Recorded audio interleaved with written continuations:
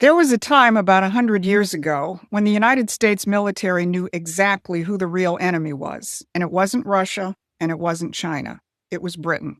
In the 1920s, the U.S. military developed something called War Plan Red, a detailed contingency plan for war with the British Empire, with Canada as Britain's proxy.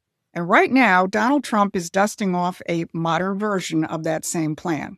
Now, if you're watching the mainstream media, they're telling you Trump is recklessly threatening our alliances with his demands about Greenland. And Britain's premier foreign policy outlet, Chatham House, is now saying this about the United States.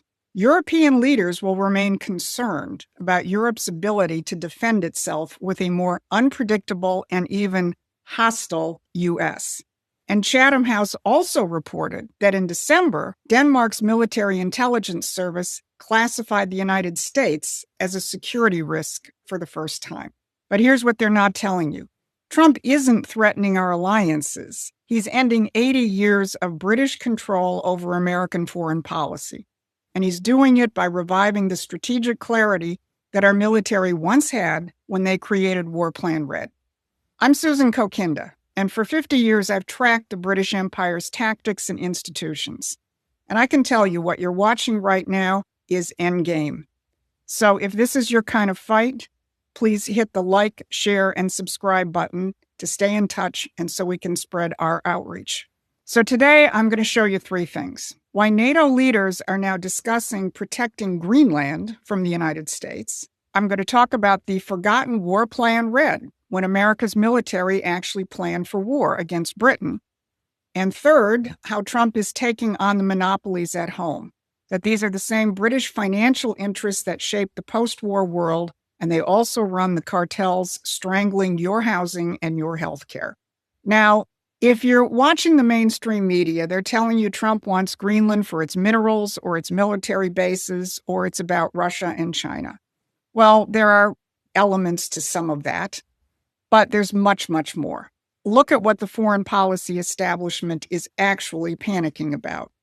The Atlantic Council, NATO's outpost here in the United States, just published a piece titled, "Trump's Quest for Greenland Could Be NATO's Darkest Hour." And Bloomberg reported that the United Kingdom and Germany are now discussing deploying NATO forces to Greenland to protect it from the United States. Let that sink in. NATO allies are discussing how to protect a NATO member from the United States, the supposed leader of NATO. Here's what Chatham House is really worried about. The cornerstone of NATO policy, Article 5, which triggers U.S. military support for NATO members. Here's what they say. The U.S., NATO's most powerful country by far, threatening to attack a NATO member state further damages Article 5's credibility. You bet it does. But it gets even more interesting. They continue, and they say, traditional alliance systems are reshaping daily, and European states might find they need support from other South American or other global South states in the future. And then the folks at Chatham House are very worried about the reports of potential U.S. cooperation deal on Arctic energy projects, and they got even more nervous in November with the 28-point peace plan, which includes joint Russian-U.S. plans for rare earth mineral extraction in the Arctic. Did you catch that? Europe may have to realign with the global South while the U.S. is working on Arctic economic deals with Russia. This is the British establishment admitting that Trump has broken their carefully crafted post-World War II Atlantic system. And here's the kicker about Greenland itself. The idea that Greenland belongs to Denmark is purely an artifact of imperial policy. Greenland didn't even get self-government until 2009, and it still has no power over its own foreign policy, currency, or defense. Denmark controls all of that. And according to the Danish media, those tensions recently broke out between Greenlandic and Danish parliamentarians, with one Greenlander accusing Denmark of neo-colonial methods. And opposition leaders in Greenland are now saying they want to negotiate directly with the United States, not through Copenhagen. So when Trump talks about Greenland, He's really talking about dismantling one of the last vestiges of European colonial control in the Western Hemisphere. And NATO, the military arm of that old imperial system, knows that if Greenland goes, the whole structure starts to crumble. Now, if you're finding this history eye-opening, if you're realizing there's a whole framework for understanding the British Empire's operations that you never heard before, you should go to the Promethean Action website and subscribe to our free newsletter. But let's dig deeper into why Greenland matters strategically. Everyone keeps saying it's about Russia and China. And yes, there are Russian and Chinese elements to this. But what if they aren't your main enemy? What if the real concern is Britain and Canada? Now pull out a map and look at the world from the North Pole down. Greenland sits right between Britain and North America. And of course, the northern part of North America is Canada. What's the significance of that? Think about this geography when we look at War Plan Red. Because War Plan Red was a contingency plan for war with Britain, and Canada was the key proxy. This plan was approved and updated under the tenure of Navy Secretary Charles Francis Adams III. Now, names do matter in history. Charles Francis Adams III was not just a bureaucrat. He was the great-grandson of President John Quincy Adams, and he was the grandson of Charles Francis Adams Sr. Why is that significant? Because Charles Francis Adams Sr. was Abraham Lincoln's minister to Britain during the Civil War. He was the man on the ground in London, and he was the key figure who prevented the Empire from diplomatically recognizing the Confederacy. This family understood the game. The grandfather spent the 1860s preventing the British from destroying the Union diplomatically. The grandson spent the 1920s preparing contingencies for a British attack on the U.S. They understood that the Republic and the Empire are incompatible forms of government. And for the last 80 years, we've forgotten that lesson. But Donald Trump is simply dusting off a modern version of War Plan Red, a war for political and economic sovereignty from empires and monarchies. Now, if you're finding this history eye-opening, if you're realizing there's a whole framework for understanding the British Empire's operations that you never heard before, you should go to the Promethean Action website and subscribe to our free newsletter. Because when you look at the fight from the standpoint of Republic versus Empire, everything President Trump is doing makes perfect sense. So use the link to subscribe.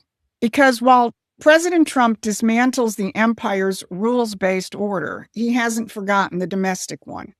The same British financial interests that shaped the post-war strategic landscape run the monopolies right here in our own backyard. The empire doesn't just operate through monarchies and NATO. It operates through monopolistic cartels right here at home, protecting the financial interests that have strip-mined the American middle class.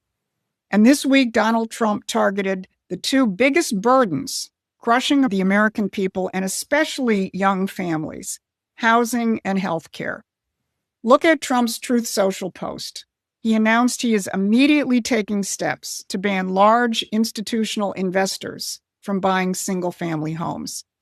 For the last decade, these giant institutional investors, the Blackstones, the Vanguards, the State Streets, they've been gobbling up single-family housing stock. They swoop in, outbid young couples and other Americans, and turn what should be a family's primary asset into a permanent rental stream for a hedge fund.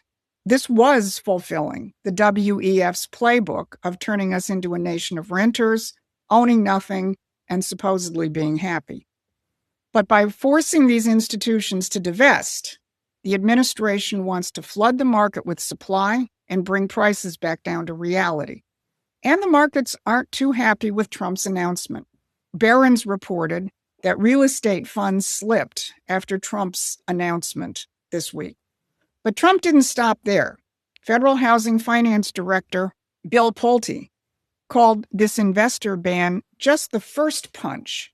He said the second punch was the direction to Fannie Mae and Freddie Mac to purchase up to $200 billion in mortgage-backed securities to begin to drive down mortgage rates. The effect of both of these actions was to immediately begin to bring some more mortgage rates down below 6%. Of course, the other huge burden is the cost of health care. We discussed that in the Wednesday briefing when Trump challenged Republicans in Congress to join him in the simple revolutionary concept of no money to the insurance companies, give it directly to the American people. But actually, the biggest cartel of all isn't housing, and it isn't even healthcare. It's the one Eisenhower warned us about, the military-industrial complex. And in a series of blistering posts, President Trump demanded that major defense contractors end their stock buybacks and cap their salaries. Think about this. These companies took taxpayer money meant for defense and used it to pump up their own stock prices instead of building ships or fixing planes. He's demanding that they stop being financial institutions and start being industrial ones. And the president has said that this economic message is the one he's going to deliver at Davos in a week and a half. Break the financial parasites so the real economy and real families can grow. So let's connect the dots. Trump's moves on Greenland aren't about territorial expansion. They're about ending NATO as an instrument of imperial control and securing the Western Hemisphere against countries which still operate under monarchies, like Britain, Denmark, and Canada. The War Plan Red framework shows us that the American military leadership once understood who the real enemy was, and Trump is reviving that clarity. And domestically, from Wall Street's housing grab to the Pentagon's stock buybacks, Trump is dismantling the cartels that have turned American citizens into serfs in their own country.